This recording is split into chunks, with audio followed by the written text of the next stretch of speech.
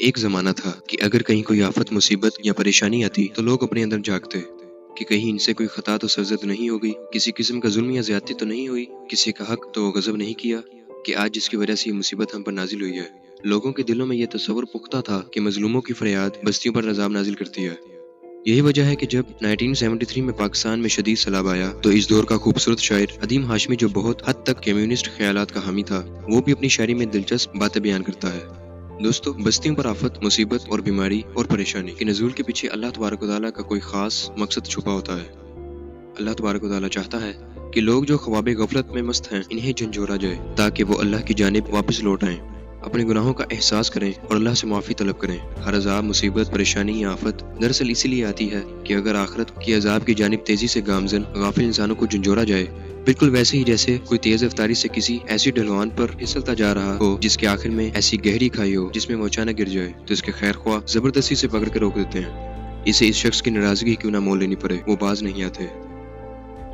دوستو، اللہ تبارک و تعالیٰ جو کہ اپنے بندوں سے 70 ماؤں جتنا پیار کرتا ہے، اسی لیے جب وہ دیکھتا ہے کہ مخلوق کا ایک بہت بڑا حصہ غفلت میں ڈوبا ہوا ہے اور تیزی سے جہنم کی طرف بڑھ رہا ہے، تو وہ انہیں خواب غفلت سے بیدار کرنے کے لیے ایسی آفات، مصیبتیں، پریشانیاں اور بیماریاں نازل کرتا ہے۔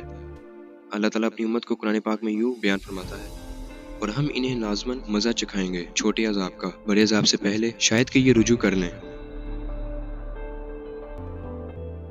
عموماً یہ سوال کیا جاتا ہے کہ جن بستیوں پر اللہ کا عذاب نازل ہوا، کیا وہ ساری واقعی عذاب کی مستحق ہوتی ہیں؟ ان میں تو معصوم بچوں، نیک لوگ بھی شامل ہوتے ہیں، تو پھر سب کو ایک ساتھ ہی کیوں نیست و نابود کیا جاتا ہے؟ یہ تصور ہمارے ذہنوں میں اس لیے جنم لیتا ہے کیونکہ ہم میں سے اکثر یہ سمجھتے ہیں کہ انسان کی صرف یہی 60 یا 70 سالہ زندگی ہی ہے جس میں جزا اور سزا ہو جائے گا، نہ پہلے کچھ تھا اور نہ بعد میں کچھ ہوگا۔ اس لیے ہم زلزلے، بیماری اور طوفان وغیرہ سے موت کو اللہ کا آخری فیصلہ قرار دے کر یہ سوال کرتے ہیں کہ اللہ نیک و بد کو ایک طرح کیوں ہلاک کرتا ہے؟ مگر اللہ نے تو ان آفتوں کو نازل کرنے کا مقصد یہ بیان کیا ہے کہ وہ لوگوں کو جھنجھوڑ کر آخرت کے خوفناک عذاب سے بچا لے۔ اگر آخری فیصلہ اسی دنیا میں ہی ہو جانا ہے تو پھر اللہ کو جھنجھوڑنے کی کیا ضرورت ہے؟ بے شمار لوگوں کے مظالم اس قدر شدید ہوتے ہیں کہ ان کی سزا اس دنیا میں ممکن ہی نہیں ہے۔ سیلاب آیا، چند ڈبکیاں کھائیں اور مر گئے، زلزلے میں عمارتیں گری، دب کر ہلاک ہو گئے۔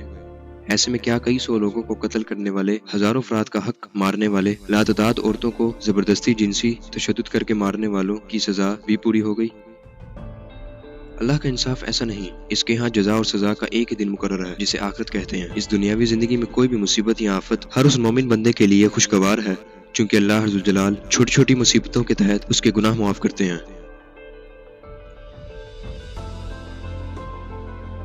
دوستوں، میں امید کرتا ہوں کہ آج کی چھوٹی سی ویڈیو آپ کو پسند آئی ہوگی۔